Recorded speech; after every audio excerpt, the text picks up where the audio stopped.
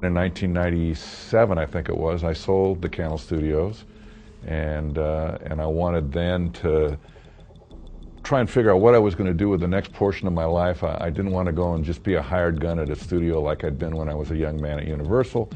I thought, you know, what I'd really like to do is write a novel, because I love novels. I read them all the time. My favorite novels really entertain me, and in many ways have influenced my own series creations.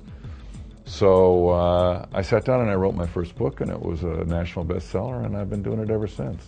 I write 7 days a week for a very specific. My wife can't reason. She, you know, as I say, we've been dating since the 8th grade, and she got married right out of college, and she says, well, you don't need to do this anymore. I mean, because obviously I've sold my studio, I did very well, and she said, why are you? Well, and I've never quite been able to convince her that if I take even 2 days off, in my head, it starts to lose momentum, because when I write every day for 5 hours a day, that's so much a part of my life that the characters that I'm creating are just living in my head, and I dream about them, and they're as real to me as the people that I'm meeting in my real life during the day. I should probably be locked up for this, you know, and if I take 2 days off, then I come back and I go, wait, where was I? What was I thinking? What was the momentum that I had going on this character, on these scenes, or on this series of ideas? And I plot everything very, very specifically before I write it, so it isn't like I'm trying to figure out what was the story all about, but it's all really about the characters and how they're feeling and the emotions that I was feeling